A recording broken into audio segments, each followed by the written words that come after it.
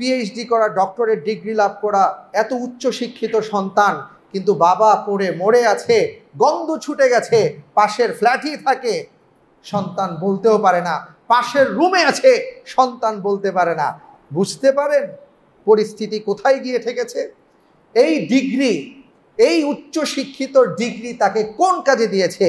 নিশ্চয়ই বাবা এটা চাননি যে আমার কলিজার ঘাম করা, পরিশ্রম করা, উপার্জন আর কষ্ট দিয়ে ধীরে ধীরে বেড়ে ওঠা আমার এই সন্তানকে পড়াতে গিয়ে কত কষ্ট আমি করেছি।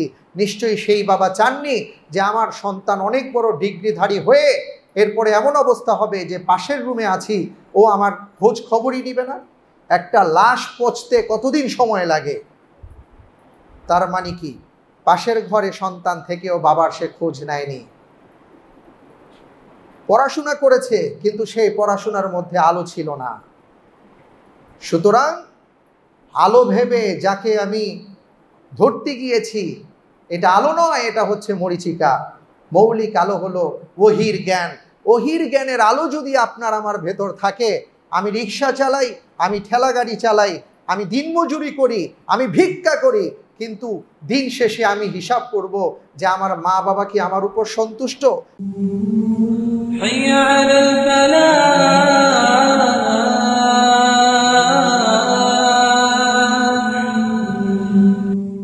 সম্মানিত মুসল্লিবৃন্দ, আলহামদুলিল্লাহ, যার জীবন আমাদের জীবনের চাইতে বেশি প্রিয়, যাকে ভালোবাসা আমাদের ঈমানের দাবি, যাকে ভালোবাসা আমাদের অধিকার, যার জন্য আমাদের জীবন উৎসর্গ করা আল্লাহ কর্তৃক নির্ধারিত, সেই মুহাম্মদুর রাসূল সাল্লাল্লাহু আলাইহি ওয়াসাল্লামের জীবন সম্পর্কে তাকে জানার জন্য, তাকে চেনার জন্য আমরা ধারাবাহিক একটা আলোচনা শুরু করেছি। আলহামদুলিল্লাহ, আমি আগেও বলেছি, আবারও বলছি, আমরা আমাদের জীবন চলার পথে যিনি আমাদের জন্য কষ্ট করে যান, যিনি আমাদের জন্য অক্লান্ত পরিশ্রম করে যান, আমরা যদি তার ব্যাপারে জানতে পারি, অবশ্যই তার প্রতি আমাদের ভালোবাসা অপরিসীম থাকে। পৃথিবীর বুকে একজন মা, একজন বাবার কি দৃষ্টান্ত! একজন মা, একজন বাবা তার সন্তানের জন্য কতটুকু করে যান, এটা আমরা সবাই জানি। এই জন্য কোনো সন্তান সহজেই চায় না তার মা বাবার বিরুদ্ধাচরণ করতে। অনেক সময় বয়সের কারণে, না বুঝার কারণে অনেক কিছু করে ফেলে, কিন্তু একটা পর্যায়ে এসে সে আফসোস করতে বাধ্য হয় যে আমি কি করেছিলাম। কারণ সে যখন বাবা হয়, সে যখন মা হয়, তখন সে উপলব্ধি করতে পারে। পৃথিবীর সকল মা বাবা তার সন্তানের জন্য যতটা ভালোবাসেন, যতটা আগ্রহ ভরে তাকে লালন পালন করেন, তার ভবিষ্যতের জন্য কল্যাণের চেষ্টা করে যান, সকল ভালোবাসা যদি আমরা একত্রিত করি, দেখব আল্লাহর রাসূল সাল্লাল্লাহু আলাইহি ওয়াসাল্লাম তার উম্মতের প্রতি যে দরদ রেখে গেছেন, ভালোবাসা রেখে গেছেন, এই ভালোবাসা অনেক অনেক বেশি ছাপিয়ে গেছে। সুবহানাল্লাহি ওয়া বিহামদিহি। এবং এটা আল্লাহ রাব্বুল আলামিনই তাকে এমনভাবে পৃথিবীতে পাঠিয়েছেন যে গোটা জীবন আদর্শটাই এমন ছিল। আমি আগেও বলেছি যে আল্লাহর রাসূল সাল্লাল্লাহু আলাইহি ওয়াসাল্লাম তিনি কখনই তার নিজের জন্য, তার পরিবারকে নিয়ে কখনো তিনি চিন্তা করেননি, তিনি আমাদেরকে নিয়ে চিন্তা করেছেন। এই জন্য আমাদের দায়িত্ব হচ্ছে, কর্তব্য হচ্ছে যে রাসূল সাল্লাল্লাহু আলাইহি ওয়াসাল্লাম সম্পর্কে আমাদের জানার। আমরা যখন কোনো মা বাবার সাথে বেয়াদবি করি, বা সমাজে যদি দেখি যে কোনো সন্তান তার মা বাবার কথা শোনে না, অবাধ্য সন্তান, তখন আমরা তাকে বলি যে তুমি সত্যিকার অর্থে সন্তান হতে পারোনি, সেই যোগ্যতা আল্লাহ তোমাকে দেয়নি। কারণ যে মা বাবা তোমাকে এত কষ্ট করে লালন পালন করেছেন, বুকে ধারণ করেছেন, তাদের ঘামের উপর তুমি দাঁড়িয়ে আছো, আর তাদের সাথে তুমি বেয়াদবি করছো। এই কথাগুলো আমরা অকপটে বলি এই জন্য যে আমরা জানি যে সন্তানের জন্য মা বাবা কত কষ্ট করে থাকেন। কিন্তু একজন যখন রাসূল সাল্লাল্লাহু আলাইহি ওয়াসাল্লামের বিরুদ্ধাচরণ করে, বা আমরা যখন সুন্নাহর বাইরে চলে যাই, আল্লাহর রসুলের কথা আমরা শুনি না বা সুন্নাহকে অনুসরণ করি না, বা আমার ভেতর সেই ভালোবাসা রসুলের প্রতি তৈরি হয় না, কেউ তখন আমাকে এই ব্যাপারে সজাগ সতর্ক করে না, আমি নিজেও সতর্ক হই না। এর কারণ হচ্ছে আমার তো জানা নাই যে আমার রসুল আমার জন্য কি করে গেছে। এই জন্য ভাইরা আমার, বোনেরা আমার, আমি আপনাদের কাছে আপিল করব, মেহেরবানি করে জীবনে অনেক কিছু করেছেন, নিজের জন্য হলেও নিজের জীবন আদর্শকে সঠিক করার জন্য সুন্দর আর সোনার মানুষ হওয়ার জন্য, সুন্দর সমাজ গড়ার প্রত্যয়ে রাসূল সাল্লাল্লাহু আলাইহি ওয়াসাল্লামের জীবন আদর্শ পড়ুন। তাহলে দেখবেন যে জীবনের সকল পরতে পরতে যত ধরনের সমস্যা আর জট পাকিয়ে যাক না কেন, এই সব কিছু রাসূল সাল্লাল্লাহু আলাইহি ওয়াসাল্লাম খুলে দিয়েছেন। সুবহানাল্লাহি ওয়া বিহামদিহি। মা আয়েশা রাদিয়াল্লাহু তাআলা আনহার কাছে যখন তাবেঈনগণ এসেছিলেন, তখন তাকে বলেছিলেন যে মা, আমরা তো আমাদের প্রিয় রাসূলকে দেখিনি, সুতরাং আপনি আমাদের রাসূল সম্পর্কে কিছু বলুন। তিনি বলেছিলেন, কানা খুলুকুহুল কোরআন, তোমরা যদি কোরআন পড়ো তাহলে তোমরা তোমার রাসূলকে চিনতে পারবে, কারণ তিনি ছিলেন জীবন্ত কোরআন। সুবহানাল্লাহি ওয়া বিহামদিহি। এই জন্য আমরা যদি ইসলাম জানতে চাই, দিন বুঝতে চাই, দিনের সৌন্দর্য উপলব্ধি করতে চাই, আমরা যদি আমাদের রাসূলকে চিনতে চাই, আমরা যদি আমাদের দিনকে চিনতে চাই, আল্লাহকে চিনতে চাই, এই সব কিছুর পেছনে দুটো বিষয় আমাদের কাজ করবে। ওই দুটো বিষয় যদি আমরা জ্ঞান অর্জন করতে পারি, তাহলে আমরা পরিপূর্ণভাবে ইসলামকে চিনতে পারবো, জানতে পারবো। আর সে দুটি বিষয়ের নাম হচ্ছে কোরআন এবং সুন্নাহ। যে কথা রাসূল সাল্লাল্লাহু আলাইহি ওয়াসাল্লাম বিদায় হজের ভাষণে বলে গিয়েছিলেন, তারাকতু ফীকুম আমরাইন লান তাদিল্লু মা তামাসসাকতুম বিহিমা কিতাবাল্লাহ ওয়া সুন্নতি, যে আমি তোমাদের মাঝে দুটো জিনিস রেখে যাচ্ছি। এটা এই কারণে যে আমি তো চলে যাব, আল্লাহর রসুলের কথার সারমর্মটা এটাই ছিল, আমি চলে যাব, কোরআন নাজিল বন্ধ হয়ে যাবে, কিন্তু এই যে দুটো জিনিস রেখে যাচ্ছি, তোমরা কিভাবে চলবে, বলবে, তোমাদের পথ চলার পথ কি হবে, পাথেও কি হবে, এ সব কিছু তোমরা পাবে কোরআনের মাঝে আর আমার জীবনের মাঝে। এই জন্য মারোয়ারি ভাষায় যখন কোরআনের অনুবাদ হয়, এবং যাকে দায়িত্ব দেওয়া হয়েছিল রাজীব শর্মা নামক একজন বিধর্মী ব্যক্তিকে, তখন তিনি কোরআনের অনুবাদ করতে গিয়ে, ওনার দায়িত্ব পড়েছিল, তাই তিনি অনুবাদ করতে গিয়েছিলেন। আমাদের দেশে যেমন আমরা অনেক সময় একটা ভুল ধারণা করে বসে আছি, আমরা অনেকে মনে করি যে ভাই গিরিশচন্দ্র সেন মনে হয় কোরআনুল কারীমের প্রথম অনুবাদক বাংলায়। বিষয়টা তা ছিল না, বিষয়টা হচ্ছে মনিরুদ্দিন বসুনিয়া, তিনি প্রথম কোরআনের অনুবাদ করেন। তো যাই হোক, যেটা বলতে যাচ্ছিলাম, যে ভাই গিরিশচন্দ্র সেন তিনি কিন্তু নিজের উপলব্ধি থেকে কোরআনের অনুবাদ করেননি, তিনি অনুবাদকের কাজ করতেন, তাকে দায়িত্ব দেওয়া হয়েছিল, তাই তিনি সেই দায়িত্ব পালন করেছিলেন। তো রাজীব শর্মাকে যখন দায়িত্ব দেওয়া হয়েছিল কোরআনের অনুবাদ করার জন্য মারোয়ারি ভাষায়, তখন তিনি কোরআন পড়লেন। কোরআন পড়ার পরে দেখা গেল যে উনি কোরআন পড়তে গিয়ে অনেক আয়াতের অর্থ বুঝতে পারছেন না। খুবই স্বাভাবিক কথা, অনেক ভাই এসে বলেন যে আসলে কোরআনের এই আয়াতগুলো আমার বুঝে আসছে না, এটা হতেই পারে। তো তিনি তখন বললেন যে আমি করলাম কি, যে কোরআন বুঝার জন্য রাসূল সাল্লাল্লাহু আলাইহি ওয়াসাল্লামের জীবনী পড়া শুরু করলাম। মজার ব্যাপার হচ্ছে, পুরা কোরআনটা বুঝতে আমার সময় লেগেছে ততদিন যতদিন আমি রাসূল সাল্লাল্লাহু আলাইহি ওয়াসাল্লামের জীবনী পড়তে না পেরেছি। যখন আমি আল্লাহর রাসূল সাল্লাল্লাহু আলাইহি ওয়াসাল্লামের গোটা জীবন সুন্দর করে ভালোভাবে পড়েছি, আত্মস্থ করেছি, এবং তখন যখন আমি কোরআনের অনুবাদ করতে কলম হাতে নিয়েছি, তখন দেখলাম আমার জন্য অনুবাদটা অত্যন্ত সহজ হয়ে গেছে। তিনি তখন একটা কথা বললেন, যে কথাটা আমাদের জন্য অত্যন্ত গুরুত্বপূর্ণ, আমরা মুসলিম হয়ে ব্যাপারগুলো উপলব্ধি করতে পারি না বা বুঝতে পারি না। তিনি বললেন, কেউ যদি কোরআন বুঝতে চায় সে যেন রসুলের জীবনী পড়ে, আর কেউ যদি রসুলকে চিনতে চায় তাহলে সে যেন অবশ্যই কোরআন পড়ে। কোরআন আর রসুলের জীবন, এই দুটো এমনভাবে জড়িয়ে আছে, কোরআন বুঝার জন্য, রসুলের জীবন জানার জন্য এই দুটো জিনিস আপনাকে পড়তে হবে, তাহলে আপনি কোরআন বুঝবেন, রসুলকে চিনবেন, ইসলাম সম্পর্কে আপনি একটা ধারণা পাবেন। সুবহানাল্লাহি ওয়া বিহামদিহি। এই জন্যই আমরা আমাদের এই আলোচনাটা শুরু করেছি যে রাসূল সাল্লাল্লাহু আলাইহি ওয়াসাল্লাম সম্পর্কে জানার এবং চেনার। কারণ আমরা জানি আজকে সফর মাসের 30 তারিখ, আগামীকাল থেকে রবিউল আউয়ালের 1 তারিখ আসছে। রবিউল আউয়াল মাসটা হচ্ছে এমন একটা মাস যে মাসে রাসূল সাল্লাল্লাহু আলাইহি ওয়াসাল্লাম পৃথিবী থেকে বিদায় নিয়েছেন, এই মাসে পৃথিবীতে এসছেন, এটা নিয়ে অনেকগুলো মত আছে, এগুলো নিয়ে কখনো আলোচনা হবে ইনশাআল্লাহ। এর আগেও আমি আপনাদের সামনে আলোচনা করেছিলাম যে রাসূল সাল্লাল্লাহু আলাইহি ওয়াসাল্লামের জন্মদিন কবে, এই ব্যাপারে কোনো ইখতিলাফ নাই, মতবিরোধ নাই, কারণ এই ব্যাপারে স্বয়ং রাসূল সাল্লাল্লাহু আলাইহি ওয়াসাল্লাম নিজেই তার জবাব দিয়ে গেছেন। তিনি বলেছেন, কতাদা রাদিয়াল্লাহু তাআলা আনহু থেকে বর্ণিত, আবু কতাদা রাদিয়াল্লাহু তাআলা আনহু থেকে বর্ণিত, তিনি বলেন, আন্না রাসূলুল্লাহ সাল্লাল্লাহু আলাইহি ওয়াসাল্লাম সুইলা আন সাওমিল ইসনাইন, রাসূল সাল্লাল্লাহু আলাইহি ওয়াসাল্লামকে আমরা জিজ্ঞেস করেছিলাম, সোমবারে আপনি রোজা রাখেন কেন? আল্লাহ রাসূল সাল্লাল্লাহু আলাইহি ওয়াসাল্লাম তিনি জবাবে বলেছিলেন, ফাকাল যাকা ইয়াউমুন ওয়ালিদতু ফীহি ওয়া ইয়াউমুন বুইসতু আও উনজিলা আলাইয়া ফীহি। তিনি দুটো জবাব দিয়েছিলেন, সোমবারে আমি এই জন্য রোজা রাখি যে এই দিন আমি পৃথিবীতে এসেছি এবং এই দিন আমার উপর ওহী অবতীর্ণ হয়েছে। সুবহানাল্লাহ। তিনি শুকরিয়া জ্ঞাপন করে রোজা রাখতেন। এ থেকে আমরা যে বিষয়টা শিক্ষা পাই, আমাদের অনেক ভাই আর বোনেরা অনেক সময় আকাঙ্ক্ষা করেন, আবেগে উদ্বেলিত হয়ে জিজ্ঞেস করেন যে সন্তানের জন্মদিন পালন করা যাবে কি না। তো বছরে একদিন তারা সন্তানের জন্মদিন পালন করেন। আসলে এই জন্মদিন এইভাবে পালন করার নিয়মটা ইসলামে আসেনি। আল্লাহ রসুল সাল্লাল্লাহু আলাইহি ওয়াসাল্লামের জন্মদিন তিনি তার জীবনে, পরবর্তীতে সাহাবাই কেরাম আজমাইনের জীবনীতে এটা পাওয়া যায় না, কেউই তারা পালন করেনি। এটা অনেক পরে এসছে এবং নানা কারণে এসছে।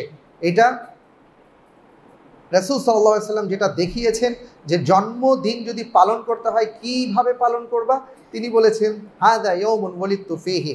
দুটো কারণ তিনি উল্লেখ করেছেন। একটা হচ্ছে আমি এই দিনে পৃথিবীতে আসছি আর এই দিন আমার উপর ওহী অবতীর্ণ হয়েছে। ইবনে আব্বাস রাদিয়াল্লাহু তাআলা আনহু থেকে আরও একটা বর্ণনা আছে যেখানে তিনি 6টা কথা বলেছেন। একটা হলো যে সোমবারে তিনি পৃথিবীতে আসছেন, আবার সোমবারে তিনি পৃথিবী থেকে বিদায় নিয়েছেন, সোমবারে তিনি মক্কা থেকে মদিনার উদ্দেশ্যে হিজরত করেছিলেন, সোমবারই তিনি মদিনায় প্রবেশ করেছিলেন এবং এই সোমবারে হাজরে আসওয়াদকে তিনি পুনঃস্থাপন করেছিলেন। হাজরে আসওয়াদ নিয়ে একটা ঝামেলা হয়েছিল, তার যখন বয়স ছিল 35 বছর, আপনারা জানেন। ওই হাজরে আসওয়াদকে তিনি পুনঃস্থাপন করেছিলেন সোমবার দিন। এবং এইভাবেই এই 6টা ব্যাপার আসছে। তো কেউ যদি সন্তানের জন্মদিন পালন করতেই চান, তাহলে সুন্নাহ হচ্ছে আপনার সন্তান যেই দিন পৃথিবীতে এসছে আপনি সেই দিন আল্লাহ শুকরিয়া আদায় করে পালন করতে পারেন। সপ্তাহে প্রতিদিন সেই দিন রোজা রাখতে পারেন যদি পালন করতে চান।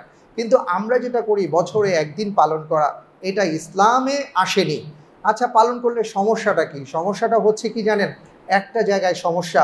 আল্লাহ রাসূল সাল্লাল্লাহু আলাইহি ওয়াসাল্লাম বলেছেন মান তাশাব্বাহা বিকাউমিন ফাহুয়া মিনহুম, যে কেউ যদি অন্য কোনো ধর্মের কোনো বিষয়ের অনুসরণ করে, অনুকরণ করে, তার কাছে ভালো লাগে, আল্লাহ মাফ করুন, কিয়ামতের ময়দানে ওই দলের সাথেই তার হাসর নাসর হবে, তাদের সাথেই তার উঠা হবে, অর্থাৎ সেই দলের একজন সদস্য হয়ে কিয়ামতের ময়দানে সে উঠবে। আমরা জানি যে জন্মদিনের এই যে প্রতি বছর জন্মদিন যে পালন করার এই যে কালচার, এই কালচারটা আসলে ইসলাম থেকে আসেনি। এই কালচারটা এসে অন্য ধর্ম থেকে। যারা সেটা পালন করেন সেটা তাদের ব্যক্তিগত ব্যাপার। কিন্তু আমরা যদি মনে করি যে অমুক করে তমুক করে, আমরা কেন করব না? আমরা এই জন্য করব না, ইসলাম কাউকে অনুসরণ করে না, বরং ইসলামকে অনুসরণ করলে সফল হয়। ইসলাম এমন একটা স্বাতন্ত্রিক জীবন বিধান, ইসলাম এমন একটা ঐশ্বর্যপূর্ণ জীবন বিধান আল্লাহ আমাদেরকে দিয়েছেন যে আমাদের অন্য কারো কাছে যেতে হয় না। কিছুদিন আগে আমি একটা প্রোগ্রামে গিয়েছিলাম, দেখেছি যে সেখানে কোনো একজন ব্যক্তির মৃত্যুতে দাঁড়িয়ে 1 মিনিট নীরবতা পালন করছে। আমার খুব আফসোস হয়েছে ব্যাপারটা দেখে যে ওনারা কেন 1 মিনিট নীরবতা পালন করছেন? যিনি মৃত্যুবরণ করেছেন তিনি তো মুসলমান, তার জন্য তো ইসলাম আমাকে দোয়া শিক্ষা দিয়েছেন। মৃত্যুবরণ করেছেন, তার প্রতি শোক প্রকাশ করতে 1 মিনিট নীরবতা তারা পালন করবেন যাদের কোনো মুখে দোয়া নাই, যারা দোয়া বলতে পারেন না। কি বলবেন? উল্টা বলেন না পাল্টা বলেন, কি বলবেন? মুখ দিয়ে কি আসে না আসে ওই ভয়ে তারা চুপ করে থাকেন। আমাদেরকে তো চুপ করার কথা বলা হয় নাই, আমাদেরকে দোয়া শিক্ষা দেওয়া হয়েছে। কত সুন্দর দোয়া! আল্লাহুম্মা রহমহু ওয়াফু আনহু ওয়া আকরিম নুজুলাহু বিমা ইসসালজি ওয়াল বারাদ আল্লাহুম্মা নাক্কিহি মিনাদ দুনুব কামা ইউনাক্কাস সাউবুল আবিয়াদু মিনাদ দানাস। আপনি সূরা ফাতিহা পড়েন, তার জন্য মাগফিরাতের দোয়া করেন, রব্বুল আলামিন আপনি তাকে ক্ষমা করে দিন, তার কবরকে আপনি আলোকিত করে দিন, তার যে পাপগুলো আছে, যেভাবে আমাদের ফেনা পানি, সাবান পানি ময়লা পরিষ্কার করে, পানি যেভাবে ময়লাকে পরিষ্কার করে, তার গুণাগুলোকে সেইভাবে আপনি পরিষ্কার করে দিন। কত চমৎকার চমৎকার দোয়া ইসলাম আমাদেরকে শিক্ষা দিয়েছে। কিন্তু দেখা যাচ্ছে কি জানেন, আফসোসের ব্যাপার যে ও আচ্ছা ওনারা নীরবতা পালন করে তাহলে আমরাও নীরবতা পালন করব। আরে ভাই, ওনাদের কাছে তো পুঁজিপাট্টা নাই, এই জন্য তারা বাধ্য নীরবতা পালন করতে। ওনারা যদি জানতেন যে ইসলামে এত সুন্দর কথা আছে, ভবিষ্যতে দেখবেন তারাও এটা পড়া শুরু করে দিয়েছে। আপনি কার দিকে যাচ্ছেন? সব রাস্তা বন্ধ করে দেন, আপনি ইসলামের পথে হাঁটুন, দেখবেন যে ইসলাম আপনাকে সমৃদ্ধশালী করে দিবে ইনশাআল্লাহ। আল্লাহ তৌফিক দান করুন, আমিন। তো এই জন্য বলবো যে অন্য কোনো ধর্মের কোনো বিষয়ে মেহেরবানি করে সেটা অনুসরণ করার চেষ্টা করবেন না, কারণ আপনি মুসলিম। ইসলাম আপনাকে এই শিক্ষাটা দেয়নি। ইসলাম আপনাকে শিক্ষা দিয়েছে যে তুমি তোমার পরিবারের সাথে কিভাবে জীবনযাপন করবে, তুমি তোমার স্ত্রীর সাথে কিভাবে জীবনযাপন করবে, একান্ত ভালোবাসা কিভাবে পোষণ করতে হয়, সেটা পর্যন্ত ইসলাম আমাকে বলে দিয়েছে। আমি ওয়াশরুমে যাব, প্রকৃতির ডাকে সাড়া দিতে যাব, সেটা পর্যন্ত ইসলাম আমাকে শিক্ষা দিয়েছে। আর কি বাকি আছে? তাহলে অন্য কারো কাছ থেকে কেন আমি ওই বিষয়গুলো নিতে যাব? আল্লাহ আমাদেরকে বুঝার তৌফিক দান করুন, আমিন। তো যেই কথা বলছিলাম যে রাসূল সাল্লাল্লাহু আলাইহি ওয়াসাল্লামের জন্মদিন নিয়ে কোনো ইখতিলাফ নেই, কারণ আল্লাহর রাসূল সাল্লাল্লাহু আলাইহি ওয়াসাল্লাম নিজেই বলে গিয়েছেন কোন দিন তিনি পৃথিবীতে এসেছেন। তো জন্মসাল কবে এই ব্যাপারে একটা বর্ণনা এসছে, যেটা কয়স ইবনে মাখজামা রাদিয়াল্লাহু তাআলা আনহু তিনি বলেন যে উলিদতু আনা ওয়া রাসূলুল্লাহি আমাল ফি ওয়া সাআলা ওসমান ইবনে আফফান হাদা, যে ওসমান ইবনে আফফান রাদিয়াল্লাহু তাআলা আনহু তিনি কয়স ইবনে মাখজামা রাদিয়াল্লাহু তাআলা আনহুকে জিজ্ঞেস করেছিলেন যে রাসূল সাল্লাল্লাহু আলাইহি ওয়াসাল্লাম কোন বছর পৃথিবীতে আগমন করেছেন। তিনি বলেছেন যে হাতির বছর। আসলে তখন কিন্তু এইভাবে গণনা করা হতো না কোন সালে, এগুলো পরে একটা হিসাব করা হয়েছে। আমাদের সময়ও এমন অনেক মুরব্বীরা আছেন না, বলে যে কোন বছর আপনার সন্তান জন্মগ্রহণ করেছে, তো উনি বলেন যে গন্ডগোলের বছর। এভাবে কিন্তু বলে গন্ডগোলের বছর আমার সন্তানের জন্ম, বা এটা হয়েছে সেটা হয়েছে। অর্থাৎ বড় বড় ঘটনার সাথে সম্পৃক্ত করে সেই ডেটটা তারা মনে রেখেছেন। এগুলো তো আমাদের পরবর্তীতে এসছে, আমরা হিসাব করেছি। তো এই জন্য 570 খ্রিস্টাব্দ 71 খ্রিস্টাব্দ একটু এদিক সেদিক আছে, এই ব্যাপারটাও খুব আমাদের কাছে সেইভাবে এগুলো আসলে গুরুত্বপূর্ণ না। গুরুত্বপূর্ণ যদি হতো তাহলে স্বয়ং সাহাবায়ে কেরাম আজমাইন একেবারে ঠোঁটস্থ করে রাখতেন। ইসলাম এই ব্যাপারগুলোকে গুরুত্ব দেয় না যে আল্লাহর রসুল কত তারিখে আসছেন, আল্লাহর রসুল কোন বছরে আসছেন, এটা বিষয় না। বিষয় হচ্ছে আল্লাহর রসুল সাল্লাল্লাহু আলাইহি ওয়াসাল্লাম তোমাদের জন্য কি নিয়ে আসছেন সেটা তোমরা গ্রহণ করতে পেরেছো কিনা, এটা হলো মৌলিক বিষয়, ভাইটাল পয়েন্ট। আর আরেকটা হলো জন্ম মাসের যে ব্যাপারটা আসছে, জন্ম মাস নিয়ে অনেকগুলো কথা আসছে। কারণ রাসূল সাল্লাল্লাহু আলাইহি ওয়াসাল্লাম কোন দিনে জন্মগ্রহণ করেছেন এটা নিয়ে আমি সেদিন পড়াশোনা করলাম, দেখলাম যে প্রায় 12টা মত আসছে। তো যাই হোক, আমরা সেদিকে এখন আর যাচ্ছি না, আমরা মূল আলোচনায় যাব। সেটা হলো যে দেখেন, রাসূল সাল্লাল্লাহু আলাইহি ওয়াসাল্লাম পৃথিবীতে আসছেন, আল্লাহ রাসূল সাল্লাল্লাহু আলাইহি ওয়াসাল্লামের সম্পর্কে যদি আমরা জানতে চাই তাহলে আমাদের কোরআনের কাছে আসতে হবে। ওই যে মা আয়েশা রাদিয়াল্লাহু তাআলা আনহা তিনি যে বলেছেন কানা খুলুকুহুল কোরআন, যে তাকে চিনতে হলে তুমি কোরআন দেখো, কোরআনই তার চরিত্র, কোরআনে যা এসছে এটাই ছিল ওনার জীবন, উনিই ছিলেন জীবন্ত কোরআন, সুবহানাল্লাহি ওয়া বিহামদি। তো এই রাসূল সাল্লাল্লাহু আলাইহি ওয়াসাল্লাম সম্পর্কে যদি আমরা জানতে চাই তাহলে আমরা আসুন একটু কোরআন খুলে দেখি। কোরআনের ভাষায়, কোরআনের আয়নায় আল্লাহ রাসূল সাল্লাল্লাহু আলাইহি ওয়াসাল্লামকে আল্লাহ রাব্বুল আলামিন কিভাবে পরিচয় করিয়ে দিয়েছেন সেটা আমরা একটু জানার চেষ্টা করি। প্রথমে আমরা যেটা বলবো সেটা হলো যে আল্লাহ তাআলা তার প্রিয় হাবিবে মুস্তাফা সাল্লাল্লাহু আলাইহি ওয়াসাল্লামকে দুনিয়ার বুকে পাঠিয়েছেন। কি দিয়ে পাঠিয়েছেন, কেন পাঠিয়েছেন, তার জবাব সূরাতুল ফাতহ তার 28 নম্বর আয়াতে আল্লাহ রাব্বুল আলামিন ইরশাদ করছেন, হুয়াল্লাযী আরসালা রাসূলাহু বিল হুদা ওয়া দীনিল হক লিইয়ুযহিরাহু আলাদ দীনি কুল্লি ওয়া কাফা বিল্লাহি শাহীদা। তিনি হচ্ছেন সেই মহান মালিক, মহান সত্তা, আরসালা রাসূলাহু বিল হুদা, যিনি তার রাসূলকে হেদায়েত দিয়ে পাঠিয়েছেন, ওয়া দীনিল হক, সত্য দিন দিয়ে পাঠিয়েছেন। হেদায়েত এবং সত্য দিন। পৃথিবীর বুকে মানুষ হয়ে জন্ম লাভ করার পরে সবচেয়ে বড় সম্পদ যা মানুষকে ধন্য করেছে তার নাম হচ্ছে ঈমান তথা হেদায়েত। আর এই হেদায়েতকে চেনার জন্য, এই রাস্তাটাকে বুঝাবার জন্য যাকে পাঠানো হয়েছে যুগে যুগে নবী আর রসুলগণকে, সর্বশেষ আসছেন মুহাম্মাদুর রাসূল সাল্লাল্লাহু আলাইহি ওয়াসাল্লাম, এবং তিনি সত্য দিন নিয়ে আসছেন। আল্লাহ তাআলা এই জন্য তিনি তার নবীকে পাঠিয়েছেন। এরপরে রাসূল সাল্লাল্লাহু আলাইহি ওয়াসাল্লাম পৃথিবীতে আসছেন, তার ভূমিকা কি হবে, তিনি কোন ভূমিকায় অবতীর্ণ হবেন, তিনি কি কাজ করবেন, তার দায়িত্ব কি, সেই সম্পর্কে আল্লাহ রাব্বুল আলামিন সূরাত ইব্রাহিমের প্রথম আয়াতে নাজিল করলেন আয়াত আলিফ লাম রা কিতাবুন আনজালনাহু ইলাইক। কিতাবুন আনজালনাহু ইলাইক, হে মুহাম্মদ সাল্লাল্লাহু আলাইহি ওয়াসাল্লাম, এমন একটা কিতাব আমি আপনার উপর নাজিল করেছি, লিতুখরিজান নাসা মিনাজ যুলুমাতি ইলান নূর, যেই কিতাবের সাহায্য নিয়ে, যেই কিতাবের মাধ্যমে মানুষকে আপনি অন্ধকার থেকে আলোর পথে নিয়ে আসবেন। প্রশ্ন হলো, সেই সময় কি আলো ছিল না? সেই সময় কি বাতি ছিল না? সেই সময় কি মশাল জ্বালানোর কোনো ব্যবস্থা ছিল না? আগুন জ্বালানোর ব্যবস্থা ছিল না? সেই সময় কি চাঁদ ছিল না? সেই সময় কি সূর্য ছিল না? ভাই, সবই ছিল। কিন্তু বোঝা যাচ্ছে যে মানুষের মনের আলো যদি নিভে যায়, সে বাহ্যিক যতই আলো দেখুক না কেন, এই আলো তার জীবনে কোনো কাজে আসে না। এখানে যে আলোর কথা বলা হয়েছে সেটা হলো ওহির জ্ঞানের আলো। একজন মানুষ যদি ওহির জ্ঞানে জ্ঞানিত না হতে পারেন, জ্ঞানী না হতে পারেন, তাহলে তার জীবনের আর কোনো আলোর দাম নাই। বুঝতে হবে এই আলো তার কোনো কাজে আসে না। এটা বুঝতে হলে আমাদের অনেক দূরে যেতে হয় না। এটা বুঝতে চাইলে আমরা আমাদের পত্রিকার পাতাগুলো অথবা অনলাইনের যে খবরগুলো আসে এগুলো দেখলে আমি বুঝতে পারি যে পিএইচডি করা ডক্টরেট ডিগ্রি লাভ করা এত উচ্চ শিক্ষিত সন্তান, কিন্তু বাবা পড়ে মরে আছে, গন্ধ ছুটে গেছে, পাশের ফ্ল্যাটই থাকে, সন্তান বলতেও পারে না, পাশের রুমে আছে, সন্তান বলতে পারে না। বুঝতে পারেন পরিস্থিতি কোথায় গিয়ে ঠেকেছে? এই ডিগ্রি, এই উচ্চ শিক্ষিত ডিগ্রি তাকে কোন কাজে দিয়েছে? নিশ্চয়ই বাবা এটা চাননি যে আমার কলিজার ঘাম করা, পরিশ্রম করা, উপার্জন আর কষ্ট দিয়ে ধীরে ধীরে বেড়ে ওঠা আমার এই সন্তানকে পড়াতে গিয়ে কত কষ্ট আমি করেছি।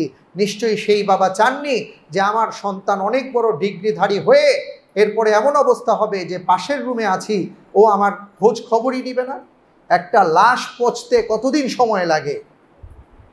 তার মানে কি পাশের ঘরে সন্তান থেকেও বাবার সে খোঁজ নেয়নি। পড়াশোনা করেছে কিন্তু সেই পড়াশোনার মধ্যে আলো ছিল না। সুতরাং আলো ভেবে যাকে আমি ধরতে গিয়েছি, এটা আলো নয়, এটা হচ্ছে মরিচিকা। মৌলিক আলো হলো ওহির জ্ঞান। ওহির জ্ঞানের আলো যদি আপনার আমার ভেতর থাকে, আমি রিক্সা চালাই, আমি ঠেলা গাড়ি চালাই, আমি দিনমজুরি করি, আমি ভিক্ষা করি, কিন্তু দিন শেষে আমি হিসাব করব যে আমার মা বাবা কি আমার উপর সন্তুষ্ট?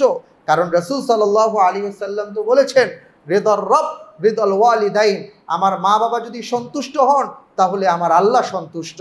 আমার আল্লাহ বলেছেন ওয়াবিল ওয়ালিদাইনি ইহসানা, মা বাবার সাথে ভালো ব্যবহার করো।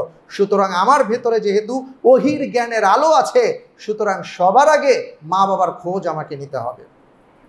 ওই সমাজেও ভাই বাহ্যিক চাকচিক্যময় আলোর কোনো শেষ ছিল না, অভাব ছিল না, কিন্তু যেই আলোর অভাব ছিল সেটা হলো ওহির জ্ঞানের আলো ছিল না। আল্লাহ রসুল সাল্লাল্লাহু আলাইহি ওয়াসাল্লামকে রব্বুল আলামিন বললেন, এই যে কিতাব আমি আপনার উপর নাজিল করেছি এটা হচ্ছে আলো, এই আলো দিয়ে আপনি আলোকময় করবেন, এই অন্ধকার সমাজের অন্ধকারকে আপনি দূরীভূত করবেন।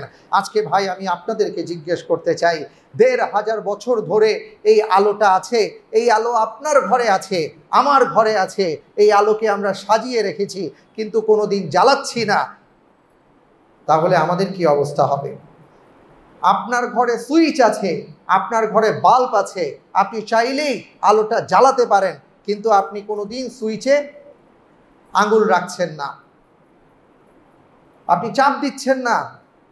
আপনি সুইচে চাপ দিলেই আপনার ঘরে বাতি জ্বলে, কিন্তু আপনি অন্ধকারের মধ্যে হাতড়ে বেড়ান, উষ্টা খান, পাঁচটা খান, পড়ে যান, ব্যথা পান, হাত ভাঙে, পা ভাঙে, এটা হচ্ছে সেটা হচ্ছে, আপনি আলো জ্বালাচ্ছেন না। সে আলো আপনার ঘরে আছে। প্রত্যেকের ঘরে এই হেদায়েতের আলো নামক গ্রন্থটা আছে, আছে না? কোরআন আমাদের প্রত্যেকের ঘরে আছে, কিন্তু কয়জনে কোরআন পড়েছি? হ্যাঁ, অনেকে কোরআন পড়ি এমনভাবে পড়ি, সোয়াবের নিয়তে পড়ি, কেউ মারা গেছে এই জন্য পড়ি, রমজান আসছে এই জন্য কয় খতম দেব ওই জন্য পড়ি, কিন্তু কোরআন শুধুমাত্র এই জন্য আসে নাই। যে কোরআন আলো নিয়ে আসছে, এই আলোটাকে বুঝার জন্য কোরআন তো বুঝতে হবে। ভাই, কোরআন বুঝার চেষ্টা আপনি আমি কজন করেছি? এই আলোটাকে জ্বালবার কয়জন আমরা চেষ্টা করেছি? আমাদের হৃদয়ের আলোগুলো নিভে গেছে। আমরা নিজেদেরকে নামাজি দাবি করি, নিজেদেরকে হাজি দাবি করি, নিজেদেরকে যাকাত দানকারী দাবি করি, নিজেদেরকে এত এত কিছু দাবি করি, নিজেদেরকে মুসলিম দাবি করি, অথচ একজন মুসলমানের মধ্যে যে সকল আলো থাকার কথা তার কোনো আলো আমার ভেতরে নাই। আমি এখনো ঘুষ খেয়ে যাচ্ছি, সুদের কারবারি করে যাচ্ছি, মানুষকে ঠকিয়ে যাচ্ছি, মানুষের বদনাম করে যাচ্ছি, গীবত করে যাচ্ছি, শেকায়েত করে যাচ্ছি, মানুষের অধিকার হরণ করে যাচ্ছি, আর দাবি করছি আমি মুসলিম। এর কারণ হচ্ছে এটাই, আমাদের হৃদয়ের ভেতরে সেই আলো আমরা জ্বালতে পারিনি, অথচ চাইলেই পারতাম। কিয়ামতের ময়দানে আমরা কি জবাব দেব যখন আল্লাহ রাব্বুল আলামিন আমাদেরকে বলবেন, তোমাকে তো আমি কিতাব দিয়েছিলাম, সেই কিতাব বুঝো নাই কেন? আপনি আমি কি বলতে পারবো, হে আল্লাহ, বয়স হয়ে গিয়েছিল তাই বুঝতে পারিনি? আপনার আমার যতই বয়স হয়, ব্যবসা তো ঠিকই আমরা বুঝতে পারি। কোন ব্যবসায় কিভাবে লাভ হয়, নাম লিখতে কলম ভাঙে, কিন্তু ব্যবসা এমন বোঝাবুঝি। আমাদের দেশে এমন অনেক ব্যক্তিবর্গ আছে যারা তার নাম পর্যন্ত লিখতে পারেন না, কিন্তু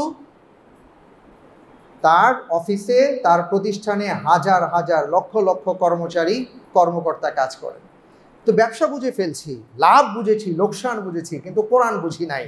এই জবাব আল্লাহর কাছে দেয়া যাবে না। আল্লাহ তাআলা আমাদেরকে বুঝার তৌফিক দান করুন, আমিন। তো সেই আলো নিয়ে এসছেন রাসূল সাল্লাল্লাহু আলাইহি ওয়াসাল্লাম, আল্লাহ তাআলা দিয়েছেন এবং বলেছেন লিতুখরিজান নাসা মিনাজ যুলুমাতি ইলান নূর। এই আলোর মাধ্যমে মানুষদেরকে আপনি অন্ধকার থেকে আলোর পথে নিয়ে আসবেন। এরপরে আমাদেরকে বলা হচ্ছে যে আল্লাহ রাব্বুল আলামিন আমাদের উপর যে অনুগ্রহ করেছেন, সেই অনুগ্রহগুলো কি? অনেক অনুগ্রহ করেছেন, তার মধ্যে বিশাল বড় অনন্য অনুগ্রহ হলো, শ্রেষ্ঠ অনুগ্রহ হলো লাকাদ মান্নাল্লাহু আলাল মুমিনিন ইদ বাআসা ফীহিম রাসূলাম মিনহুম ইয়াতলু আলাইহিম আয়াতিহি ওয়া ইউযাক্কিহিম ওয়া ইউআল্লিমুহুমুল কিতাবা ওয়াল হিকমা। সূরা আল ইমরানের 164 নম্বর আয়াতে আল্লাহ তাআলা আমাদেরকে জানিয়েছেন যে আল্লাহ তাআলা যে আমাদের উপর অনুগ্রহ করেছেন, মুমিনদের উপর অনুগ্রহ করেছেন, সেটা কি? তাদের মাঝে এমন একজন রাসূলকে পাঠিয়েছেন, যেই রাসূল ইয়াতলু আলাইহিম আয়াতি, আল্লাহর আয়াতগুলো যিনি তিলাওয়াত করে মানুষের মাঝে পরিবেশন করেছেন, বুঝিয়ে দিয়েছেন। ওয়া ইউযাক্কিহিম, এই আয়াতের মাধ্যমে তাদেরকে পরিশুদ্ধ করেছেন। ওয়া ইউআল্লিমুহুমুল কিতাব, এই কিতাব তাদেরকে শিক্ষা দিয়েছেন। ওয়াল হিকমা, জীবন পরিচালনার ক্ষেত্রে কিভাবে আপনার জীবনকে পরিচালনা করবেন তা শিক্ষা দিয়েছেন। এই একটি আয়াতের কথা যদি আমরা চিন্তা করি, এই একটি আয়াত আমাদের জীবনের জন্য যথেষ্ট হয়ে যায় ভাই। সেটা হচ্ছে এই যে যেই রাসূল আমাদের মাঝে এসছেন, আল্লাহ তাআলা বললেন আমি তোমাকে কিতাব দিয়েছি, ইউজার বুক দিয়েছি, কিন্তু কিভাবে ইউজ করবে সেটা তুমি জানো না। থিওরিক্যাল নলেজ আমি তোমাদেরকে দিয়েছি, কিন্তু প্র্যাকটিক্যাল নলেজ যদি না থাকে তাহলে এই থিওরিক্যাল নলেজটাকে তুমি কাজে লাগাতে পারবে না। আমাদের অনেক ভাই আছেন, অনেক বোনেরা আছেন যারা বড় বড় মেডিকেল কলেজে পড়াশোনা করেন। যখন তারা পাশ করে যান, এমবিবিএস পাশ করেন, এফআরসিএস পাশ করেন, এরপরেও দেখা যায় কোনো বড় প্রফেসরের পেছনে তার ঘুরতে হয় 6 মাস, 1 বছর, 2 বছর, বিভিন্ন প্রতিষ্ঠানে ইন্টার্ন করতে হয়। কেন? আপনি তো পড়াশোনা করে ফেলেছেন, আপনি চাইলেই তো এখন গিয়ে অপারেশনের রুমে ঢুকে অপারেশন করে ফেলতে পারেন না। পড়াশোনা করে জ্ঞান অর্জন করেছেন, কিন্তু সেই জ্ঞানটাকে যখন বাস্তবে প্রয়োগ করবেন সেটার জন্য আপনার প্র্যাকটিস দরকার আছে, অনুসরণ দরকার আছে। আপনার স্যার কিভাবে কাটেন, কোথায় কাটেন, কিভাবে কোন স্টাইলে কি করেন না করেন, এগুলো দেখার দরকার আছে। আল্লাহ কোরআন নাজিল করেছেন, থিওরিক্যাল নলেজ দিয়েছেন, আপনি পড়েছেন, কিন্তু সেটার উপর কিভাবে চলবেন, কিভাবে আপনি আমল করবেন, কিভাবে তার জীবনে বাস্তবায়ন করবেন, এটা বুঝার জন্য আল্লাহ রাব্বুল আলামিন আমাদের উপর বিশাল বড় অনুগ্রহ করেছেন, পাঠিয়েছেন মুহাম্মাদুর রাসূল সাল্লাল্লাহু আলাইহি ওয়াসাল্লাম। তিনি দেখিয়ে দিয়েছেন এইভাবে এইভাবে এইভাবে এইভাবে করতে হয়। আমাদের অনেক ভাইয়েরা আছেন যারা হয়তো না জেনে বলে থাকেন কোরআনই আমাদের জন্য যথেষ্ট, এরপরে আর আমাদের কোনো কিছুর দরকার নেই, কোরআন আছে। জি ভাই, কোরআন যথেষ্ট, কিন্তু কোরআনকে পরিপূর্ণভাবে যদি আপনি বুঝতে চান তাহলে অবশ্যই রাসূল সাল্লাল্লাহু আলাইহি ওয়াসাল্লামের জীবন আদর্শ, তার হাদিস আপনাকে জানতে হবে। কোরআনে বলেছে আপনি নামাজ পড়ুন, এখন জোহরের নামাজ আপনি 4 রাকাত, কোরআনের কোথায় বলা হয়েছে যে জোহরের নামাজ 4 রাকাত? আপনি রুকু দেবেন, সেজদা দিবেন, কিভাবে দেবেন, রুকুতে কি বলবেন, সেজদাতে কি বলবেন, এটা কোথায় বলা হয়েছে? হজের যে নিয়ম কানুন, এটা আপনি কোথায় পেয়েছেন? আপনি জানেন যে হজ করতে হবে, কিন্তু হজের টোটাল সিস্টেমটা আপনি কোত্থেকে নেবেন? রাসূল সাল্লাল্লাহু আলাইহি ওয়াসাল্লামের জীবন ছাড়া, তার হাদিস ছাড়া আপনি কোরআন বুঝতে পারবেন না। সুতরাং কেউ যদি বলেন যে শুধুমাত্র কোরআনই যথেষ্ট, মেহেরবানি করে এই ফিতনা থেকে চলে আসুন, যদি কোরআন বুঝতে চান তাহলে রাসূল সাল্লাল্লাহু আলাইহি ওয়াসাল্লামের জীবন আপনাকে জানতে হবে, না তো আপনি কোরআন বুঝতে পারবেন না। ওই যে বললাম আপনার থিওরিক্যাল নলেজ অর্জন হয়েছে, কিন্তু প্র্যাকটিক্যাল নলেজের জন্য আল্লাহর রসুলের কাছে আসতেই হবে, এছাড়া আপনার কোনো বিকল্প পথ নেই। এই প্রসঙ্গে আমরা আরও কথা বলবো পরে ইনশাআল্লাহ তাআলা। তো যাই হোক, যেই কথাটা আমি বলছিলাম, আল্লাহ তাআলা কি বলেছেন, কেন আল্লাহ রব্বুল আলামিন অনুগ্রহ করেছেন? কারণ এই কোরআন যে তিনি নিয়ে এসছেন, এই কোরআন তিনি তিলাওয়াত করেছেন। তিলাওয়াতের অর্থ হলো যেটা বুঝে পড়া হয়। পৃথিবীর বুকে তিলাওয়াতের মানে এটা না, না বুঝে পড়া হয়। বুঝে পড়ার নাম হচ্ছে তিলাওয়াত, যেটা আমরা বুঝতে পারবো। তিনি আমাদেরকে বুঝিয়ে দিয়েছেন কোরআন।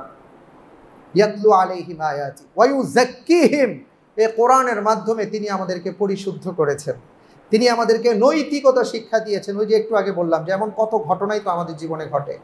টাকার বস্তা রাস্তায় পাওয়া গিয়েছে, ঘটেছে না এমন ঘটনা? টাকার বস্তা রাস্তায় পাওয়া গিয়েছে, গ্রেপ্তারের ভয়ে তিনি রাস্তায় টাকার বস্তা ফেলে গিয়েছেন। বাড়িতে খোঁজ নিয়ে জানা গেছে মা বাবা যে বাড়িতে থাকেন সেই টিনের চাল ফুটো, সেখান থেকে টপ টপ করে পানি পড়ে, সেই মা বাবা একবেলা ঠিক মতন খেতে পারেন না। টাকা কামিয়েছেন, নৈতিকতা নাই, এই জন্য কোনো কাজে আসে নাই। তো রাসূল সাল্লাল্লাহু আলাইহি ওয়াসাল্লামের মাধ্যমে কোরআন দিয়ে তিনি আমাদেরকে শিক্ষা দিয়েছেন, ওয়া ইউযাক্কিহিম, আমাদেরকে তিনি পরিশুদ্ধ করেছেন। আজকে আমরা নীতি নৈতিকতার কথা ভুলেই গিয়েছি। আমরা আজকে যারা এই সমাজে বসবাস করি, দেখেন আমরা নামাজ পড়ি, কিন্তু আমরা ঘুষ খাই, অনেকেই আছি। এই ঘুষটাকে আমরা বকশিশ মনে করি, আমরা ভালোবাসা মনে করি। এই ঘুষটাকে আমরা নানা শব্দে আখ্যায়িত করেছি। এইটাকে এমনভাবে আমরা নিয়ে গিয়েছি, এটাকে বৈধতার দেওয়ার নানা পথ এবং পন্থা আমরা তৈরি করেছি। আমরা এটাকে বলছি এখন স্পিড মানি, এটা না হলে নাকি স্পিড বাড়ে না, এটা নাকি তেলের কাজ করে। কিন্তু আল্লাহর রাসূল সাল্লাল্লাহু আলাইহি ওয়াসাল্লাম আমাদেরকে শিক্ষা দিয়েছেন, অনৈতিকতা কোনোদিন আমাদেরকে জান্নাতে নেবে না। আপনি আমি হয়তো কোটি কোটি টাকার মালিক হলাম, ঘুষ খেয়ে সুদ খেয়ে বাড়ি বানালাম, গাড়ি বানালাম, মসজিদ বানালাম, আমার কবরের পাশে মসজিদ হবে, মাদ্রাসা হবে। ঘুষের টাকায়, সুদের টাকায়, হারামের টাকায় মানুষের জমি জমা নিয়ে, শত শত মাইল জায়গা দখল করে নিয়ে, তারপরে বিশাল একটা মসজিদ মাদ্রাসা দিয়া বললাম যে আমি মরে গেলে এর পাশে আমারে কবর দিও, যাতে করে তিলাওয়াতের শব্দ কানে আসে, আর এই কারণে আল্লাহ মাফ করে দেন। এত সহজ না জান্নাত। ওয়া ইউযাক্কিহিম, আমরা অনেকেই আছি যারা কালো টাকার মালিক হয়েছি, এরপরে কি করেছি? বাবা মারা গেছে, দাদা মারা গেছে, আপনজন মারা গেছে, পুত্র মারা গেছে, সন্তান মারা গেছে, হুজুরদেরকে ডাকলাম, ডেকে বললাম হুজুর সুর দিয়া ওয়াজ করবেন, সুর দিয়ে একটু এমনভাবে দোয়া করবেন যাতে করে আমাদের চোখে পানি চলে আসে। আমাদেরকে অনেকে বলেন এই কথা, এমনভাবে দোয়া করবেন যাতে করে চোখে পানি চলে আসে। ওনার নিজের পানি আসে না, আমাদের সুর দিয়ে বললে তারপরে ওনার চোখে পানি আসবে। উনি ভাবছেন উনি যদি একটু বেশি দোয়া করেন, 5 মিনিট বেশি দোয়া করেন, 10 মিনিট বেশি দোয়া করেন, তাহলে আমার মা বাবাকে আল্লাহ মাফ করে দিবেন। এর কিছুই দরকার ছিল না, এর কিচ্ছু দরকার ছিল না। আল্লাহর রসুলের দায়িত্ব ছিল ওয়া ইউযাক্কিহিম, তিনি আমাদেরকে পরিশুদ্ধ করবেন। ওনার এই পরিশোধিত ব্যবস্থায় যারা আমরা আসতে পেরেছি, কোনো হুজুরকে ডাকতে হবে না, কোনো টাকা পয়সা দিতে হবে না। আপনি শুয়ে আছেন, আপনি বসে আছেন, আপনি গাড়িতে আছেন, আপনি কোথাও কোনো কাজে আছেন, আপনি মনে পড়লো আপনার মা বাবার কথা, আপনি বললেন রব্বির হামহুমা কামা রব্বায়ানি সগীরা, আল্লাহ গো তুমি আমার মা বাবাকে মাফ করে দাও। আপনার মসজিদ করার দরকার নাই, কালো টাকা দিয়ে আপনার মাদ্রাসা করার দরকার নাই, আপনার লক্ষ লক্ষ টাকা ব্যয় করার দরকার নাই, আপনার হুজুর এনে খাওয়ানোর দরকার নেই, টাকা পয়সা দেওয়ার দরকার নাই। আপনি যদি হালাল উপার্জন করেন, হালালভাবে চলেন, সৎ এবং সততার সাথে জীবনযাপন করেন, আল্লাহর রাসূল সাল্লাল্লাহু আলাইহি ওয়াসাল্লাম বলেছেন আপনি দোয়া করতে দেরি, আল্লাহ সেই দোয়া কবুল করতে দেরি করবেন না। ইযা মাতাল ইনসান ইনকাতাআ আনহু আমালুহু ইল্লা বিসালাসিন সাদাকাতুন জারিয়া আও ইলমুন ইউনতাফাউ বিহি আও ওয়ালাদুন সালিহুন ইয়াদউ লা। আল্লাহর রাসূল সাল্লাল্লাহু আলাইহি ওয়াসাল্লাম বলেছেন যখন কারো আপনজন মৃত্যুবরণ করেন, কারো মা বাবা মারা যান, তখন 3টা সব আমলের দরজা বন্ধ হয়ে যায়, 3টা রাস্তা আল্লাহ তাআলা খোলা রেখে দেন অনুগ্রহপূর্বক। সেটা কি? তিনি যদি জীবদ্দশায় কোনো জ্ঞানের পৃষ্ঠপোষকতা করে যান। কোন জ্ঞানের? যেই জ্ঞান মানুষের উপকার বয়ে নিয়ে আসে, ওই জ্ঞান না। যেই জ্ঞান মানুষের পকেট থেকে কিভাবে টাকা খসাইতে হয় ওই জ্ঞানের কথা না, উপকারী জ্ঞান যেটা মানুষের কাজে আসবে, সমাজের কাজে আসবে, নীতি নৈতিকতা বোধ শিক্ষা দিবে। আও ইলমুন ইউনতাফাউ বিহি, এমন জ্ঞানের পৃষ্ঠপোষকতা যদি তিনি করেন, তিনি যদি সাদাকায়ে জারিয়ামূলক কোনো কাজ করেন, মানুষের উপকার আসে এমন কোনো কাজ যদি তিনি করে যান, তাহলেও যতদিন মানুষ আল্লাহর সৃষ্ট মাখলুক যতদিন উপকৃত হবে ততদিন তার আমলনামায় এই সওয়াব পৌঁছতে থাকবে। 3 নাম্বার, যেটা সবচাইতে বড় ইনভেস্ট, আও ওয়ালাদুন সালিহুন ইয়াদউ লা। আল্লাহ রাসূল সাল্লাল্লাহু আলাইহি সাল্লাম হাদিসের মধ্যে শুধু বলেন নাই আও ওয়ালাদুন ইয়াদউ লা, যে তিনি সন্তান রেখে আসলেন, সেই সন্তান দোয়া করলো। ভাই, একটা শব্দ যুক্ত করা হয়েছে। আজকে যারা আমরা অসৎ উপায় উপার্জন করছি, আমরা যারা কালো টাকা উপার্জন করছি, আমরা যারা হারামভাবে উপার্জন করছি, আমরা যারা মানুষের অধিকার নষ্ট করছি, আমরা যেন এই কথাটা ভালো করে মনে রাখি। আমরা যদি আমাদের মাকে ভালোবাসি, আমরা যদি আমাদের বাবাকে ভালোবাসি, আমরা যদি চাই কবরে আমার মা বাবার দোয়া পৌঁছাক, আমরা যদি চাই যে আমি একবার আল্লাহকে বলবো আল্লাহ আমার মা বাবাকে মাফ করে দাও, সাথে সাথে আল্লাহ মাফ করে দিবেন, এটা যদি আমরা কামনা করি, তাহলে এই শব্দটা ভালো করে মনে রাখুন। আল্লাহর রাসূল সাল্লাল্লাহু আলাইহি ওয়াসাল্লাম বলেছেন, আও ওয়ালাদুন সালিহুন ইয়াদউ লা, যদি ওই ব্যক্তি কোনো নেক সন্তান, এমন সন্তান রেখে যান যেই সন্তান সততার সাথে জীবনযাপন করে, তাহলে ওই সন্তান যদি তার মা বাবার জন্য দোয়া করে, রব্বুল আলামিন সাথে সাথে সেই দোয়া কবুল করে নেন। আজকে দুর্নীতির বিরুদ্ধে আমরা কথা বলি, আমরা অন্যায় নিয়ে কথা বলি। আমি বলবো যে যারা এই কথাগুলো বলেন, এই হাদিসটা বলার চেষ্টা করেন। প্রত্যেক মানুষের ভেতরে ইমানের একটা আলো আছে, যেটা এখনো নিভু নিভু অবস্থা। এই আলোটাকে জ্বালিয়ে দেবার চেষ্টা করেন, এই হাদিসটা সামনে নিয়ে আসেন। ভাই, আপনি সৎ সন্তান হতে পেরেছেন কিনা? আপনি নেক সন্তান হতে পেরেছেন কিনা? আপনি সততার সাথে জীবনযাপন করছেন কিনা? যদি না করে থাকেন, আপনার দোয়া আল্লাহ কবুল করবেন না, আপনার মা বাবা কবরে শান্তি পাবেন না, কারণ আপনার দোয়া সেখানে পৌঁছবে না। শুধু তাই নয়, আপনি খুব নামাজি, আপনি খুব হাজি সাহেব, খুব যাকাত দেন, কোনো কিছু কাজে আসবে না আপনার যদি উপার্জন হালাল না হয়। এই কথাগুলো আমাদের বেশি বেশি উচ্চারিত হওয়া দরকার। এক বেদুইন আরব যখন কাবা শরীফের গিলাফ ধরে দোয়া করছিলেন, আয় আল্লাহ তাআলা আপনি আমাকে এটা দেন, আপনি আমাকে ওইটা দেন, আপনি আমার এই দোয়া কবুল করেন। আমরাও দোয়া করি। রাসূল সাল্লাল্লাহু আলাইহি ওয়াসাল্লাম এই দৃশ্য দেখছিলেন, সাহাবায়ে কেরাম আজমাইন এই দৃশ্য দেখছিলেন। সাহাবারা বললেন, ইয়া রাসূলুল্লাহ, ওই ব্যক্তি যেভাবে কাবার গিলাফ ধরে দোয়া করছেন, তার দোয়া আল্লাহ কবুল না করে পারেন না। ওনার জীবনের সাথে আমাদের জীবনকে মেলাবার চেষ্টা করি, তাহলে সত্যটাকে আমরা উপলব্ধি করতে পারবো। ভাই, ওই বেদুইন যখন এইভাবে দোয়া করছিলেন, আল্লাহ তাআলা আমার এই দোয়া কবুল করুন, ওই দোয়া কবুল করুন, আর সাহাবায়ে কেরাম আজমাইন যখন এই মন্তব্য করলেন, আল্লাহ তাআলা তার এই দোয়া কবুল না করে পারেন না। রাসূল সাল্লাল্লাহু আলাইহি ওয়াসাল্লামের কাছে হযরত জিবরাইল আমিন এসে তার বাস্তবতা তুলে ধরলেন। আল্লাহ রাসূল সাল্লাল্লাহু আলাইহি ওয়াসাল্লাম বললেন, শোনো, যার গোশত হারাম, যার গঠিত রক্ত হারাম, যার গঠিত হাড় হারাম, যার খাদ্য হারাম, যার পোশাক হারাম, আল্লাহ রাব্বুল আলামিন ওই ব্যক্তির দোয়া কিভাবে কবুল করবেন? আমি যদি হারাম উপার্জন করি, আমি যদি মানুষের অধিকার নষ্ট করে নিজেকে সমৃদ্ধশালী আর অর্থবিত্তের মালিক নিজেকে বানাবার চেষ্টা করি, আর মসজিদে এসে সারাদিন সারা রাত পড়ে থাকি, আপনার আমার কোনো দোয়া আল্লাহর কাছে কবুল হবে না, যতক্ষণ পর্যন্ত সেই অধিকার আমরা ফেরত না দেব। এটাই হচ্ছে ওয়ায়ুযাক্কিহিম, এইভাবে পরিশোধিত করেছেন রাসূল সাল্লাল্লাহু আলাইহি ওয়াসাল্লাম সাহাবায়ে কেরাম আজমাইনদেরকে, যে কারণে সাহাবায়ে কেরাম আজমাইন হয়েছেন এমন যে স্বয়ং আল্লাহ রাব্বুল আলামিন তাদের ব্যাপারে সার্টিফিকেট দিয়েছেন, রাদিয়াল্লাহু আনহুম ওয়া রাদু আন। হযরত আবু বকর সিদ্দিক রাদিয়াল্লাহু তাআলা আনহু প্রচণ্ড ক্ষুধার্ত অবস্থায় ঘরে আসলেন, এসে বললেন, ঘরে কোনো খাবার থাকলে একটু দাও না। সাথে সাথে তার স্ত্রী খেজুর বা কিছু একটা ছিল, তাকে দিলেন। ক্ষুধার্ত ছিলেন, উনি খেয়ে ফেললেন। খাওয়ার পরে হঠাৎ করে মনে হলো, আমি কি খাবার খেলাম? উনি জিজ্ঞেস করলেন, যে খাবারটা আমাকে দেওয়া হয়েছে এটা কিসের খাবার ছিল?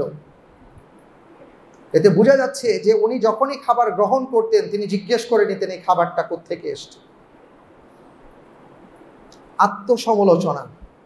আমরা আজকে পরের সমালোচনা করি, কিন্তু নিজেকে মূল্যায়ন করতে পারি না। অন্যের সমালোচনায় আমরা খুব পটু, নিজেকে নিয়ে কখনো আমরা চিন্তা করি না। কিন্তু ওনারা অন্যের সমালোচনা করতেন না, নিজের সমালোচনা করতেন, আত্মসমালোচনা করতেন। তিনি বললেন, এটা কিসের খাবার? তার স্ত্রী বললেন যে এটা আসলে একটা সাদকা আসছিল, আপনি ক্ষুধার্ত ছিলেন, আমি দিয়ে ফেলেছি। বর্ণনায় এসছে আবু বকর সিদ্দিক রাদিয়াল্লাহু তাআলা আনহু তিনি এইভাবে উদ্গীরণ করার চেষ্টা করলেন যে ওনার যেন পেটের ভেতর থেকে নাড়ি ভুড়ি কলিজা সব বের হয়ে যাবে। যতক্ষণ পর্যন্ত ওই খাবার বের না হচ্ছিল ততক্ষণ পর্যন্ত তিনি চেষ্টা করেই গেলেন, সেই খাবারের টুকরা তিনি বের করলেন। আল্লাহু আকবার। আমরা কজন আছি এমন? আমরা কজনই ব্যাপারটা নিয়ে চিন্তা করি? আল্লাহ রসুল সাল্লাল্লাহু আলাইহি ওয়াসাল্লাম এইভাবে তাদেরকে পরিশুদ্ধ করেছিলেন। এই কথাটাই এখানে আসছে, ওয়ায়ুযাক্কিহিম ওয়ায়ুআল্লিমুহুমুল কিতাব, এবং কিতাব তিনি শিক্ষা দিয়েছেন, কিতাবের বাস্তব প্রয়োগ তিনি শিক্ষা দিয়েছেন। এই জন্য সাহাবায়ে কেরাম আজমাইনের আমল ছিল, আল্লাহ রসুল সাল্লাল্লাহু আলাইহি ওয়াসাল্লাম যখন কোনো আয়াত নাজিল হতো তিনি তাদেরকে বলতেন, সাহাবায়ে কেরাম আজমাইন বলতেন, ইয়া রাসূলুল্লাহ একটু সময় দিন আমাদেরকে, গতকালকে যে আয়াতে কারিমা নাজিল হয়েছে সেই আয়াতের উপর এখনো আমরা আমল করতে পারি নাই, আমাদের জীবনে বাস্তব প্রয়োগ করতে পারি নাই, ওই আমলটা আগে করে নেই, তারপরের আয়াতটা আপনি আমাদেরকে বলুন। আল্লাহু আকবার। ওয়াল হিকমা, এবং জীবন চলার পথে কিভাবে আপনি আপনার জীবনকে চালাবেন, আপনার মুআমালাত মুআশারাত কি হবে, আপনার ব্যবসা বাণিজ্য কি হবে, তার সব কিছু তিনি শিক্ষা দিয়েছেন। আমরা আজকে এমন একটা পর্যায়ে চলে এসেছি, আমাদের জীবনটাকে এমন জায়গায় নিয়ে এসেছি, আমি মনে করি নামাজ, রোজা, হজ, যাকাত এটা হচ্ছে ইবাদতের পার্ট, এটা হচ্ছে ইসলামের পার্ট। আমার ব্যবসা এটা আলাদা জিনিস, এটার মধ্যে কিছু এদিক সেদিক হতেই পারে, এটার মধ্যে কিছু সুদি ব্যাংকের লেনদেন হতেই পারে, এটার মধ্যে কিছু মানুষকে স্পিড মানি দিতে হতেই পারে, এটার মধ্যে কিছু ঘুষ সুদ দিতেই হতেই পারে। এমন অনেক ধরনের চিন্তা কিন্তু আমরা করে রেখেছি। বিশ্বাস করুন, আপনি যখন মুসলিম হবেন, মুসলিম হওয়ার পরে আপনার যাপিত জীবনের যা কিছু আছে শুরু থেকে শেষ পর্যন্ত তার সব কিছুই ইসলাম অনুপাতে আপনাকে পরিচালনা করতে হবে। এটাই হচ্ছে হিকমা। আল্লাহ রসুল সাল্লাল্লাহু আলাইহি সাল্লাম এই ব্যাপারে বলে গিয়েছেন। আপনি ব্যবসা করবেন, কিভাবে ব্যবসা করবেন আল্লাহ রসুল বলে দিয়েছেন। আপনি চাকুরি করবেন, কিভাবে চাকুরি করবেন রসুল সাল্লাল্লাহু আলাইহি সাল্লাম বলে দিয়েছেন। আপনি কৃষিবিদ হবেন, কিভাবে কৃষিবিদ হবেন আল্লাহ রসুল বলে দিয়েছেন। আপনি ছাত্র জীবনে আছেন, কিভাবে আপনার ছাত্রত্ব জীবন নিয়ে চলবেন আল্লাহ রসুল সাল্লাল্লাহু আলাইহি সাল্লাম বলে দিয়েছেন। আপনি কি চান, কোথায় চান, কোনভাবে চান, কি চাচ্ছেন, আপনার মনের প্রশ্ন কি, আপনি কোরআন দেখুন, আপনি রসুল সাল্লাল্লাহু আলাইহি সাল্লামের জীবন আদর্শ দেখুন, আপনার জবাব আপনি ইনশাআল্লাহ তাআলা পেয়ে যাবেন। তা আলহামদুলিল্লাহ, এইভাবেই আল্লাহ সুবহানাহু ওয়া তাআলা তার রসুলের পরিচয় কোরআনুল কারীমের মধ্যে তুলে ধরেছেন। আমরা ইনশাআল্লাহ তাআলা আগামী সপ্তাহে এই ব্যাপারে আরও আলোচনা শুনবো। আজকে যে পর্যন্ত কথাগুলো বললাম, এই কথাগুলো যেন আমরা হৃদয়ঙ্গম করতে পারি। রব্বুল আলামিন আমাদের সবাইকে সেই তৌফিক দান করুন। আল্লাহুম্মা আমিন।